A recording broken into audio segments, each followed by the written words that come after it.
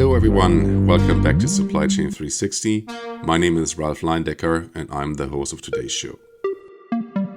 This episode is part of our BANI series, Practical Conversations on Thriving When Everything Keeps Changing.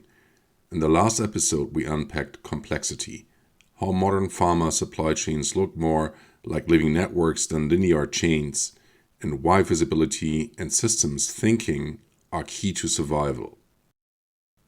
Today we're moving on to the next pillar of the core framework, orchestration. Because once you understand the complexity, the next challenge is learning how to conduct it. Let's be real. The word orchestration gets thrown around a lot. But in the world of pharma supply chains, it's not just about coordination or communication. It's about creating alignment across hundreds of moving parts along the value chain. All the players, processes, and systems that were never really designed to move together.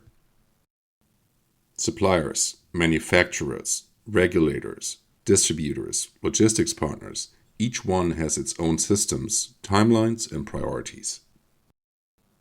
And yet, when the product is a vaccine, a therapy, or critical medicine, all those separate rhythms have to form a single score. That's orchestration.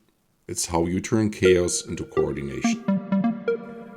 Here's what that means in practice. Visibility is your baton. You can't direct what you can't see.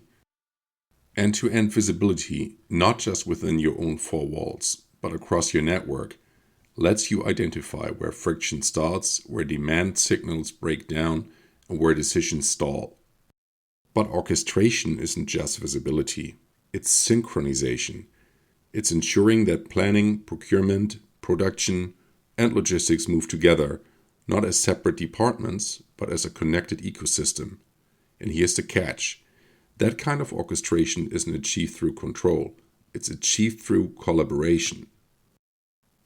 Think about a symphony. The conductor doesn't play every instrument. They create the conditions for everyone to play in harmony. It's the same for us. Our job as leaders isn't to micromanage, it's to align, to create shared context, shared data, and shared goals. That's why orchestration relies as much on culture as it does on technology. You can have the best dashboards in the world, but if teams don't trust the data or if incentives push departments in opposite directions, it won't matter. True orchestration happens when everyone's working from the same sheet of music. So how do we actually get there? How do we turn all that noise into something that moves in sync? Well, we have to start with a shared truth. Everyone along the chain needs to be looking at the same data, even if it's not perfect. Alignment beats precision. When people are working from the same version of reality, coordination starts to happen almost on its own. Next, design your governance for speed. A lot of orchestration fails not because people don't care, but because they don't know who's allowed to decide. Clear ownership gives teams the confidence to move fast within boundaries, but without waiting for endless approvals. Then there's the big one, reward collaboration, not silos. If your KPIs only measure functional performance, people will optimize for their department, not the network. The real magic happens when the success is measured by how well teams move together. And finally, build communication rhythms. The best orchestration doesn't come from big meetings in a crisis. It comes from small, consistent check-ins that keep everyone in time, especially when things get messy. Because in the BANI world, control doesn't scale, but coordination does. So here's what I want you to take away from this episode. Complexity is the reality, orchestration is the response. You can't control every moving part in today's supply chains. No one can.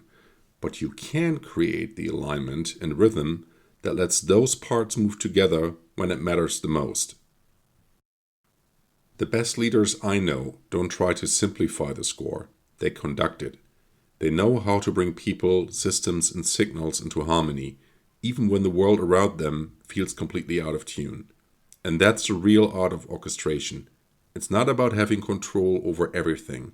It's about building enough trust, clarity, and timing that everything can move together on its own.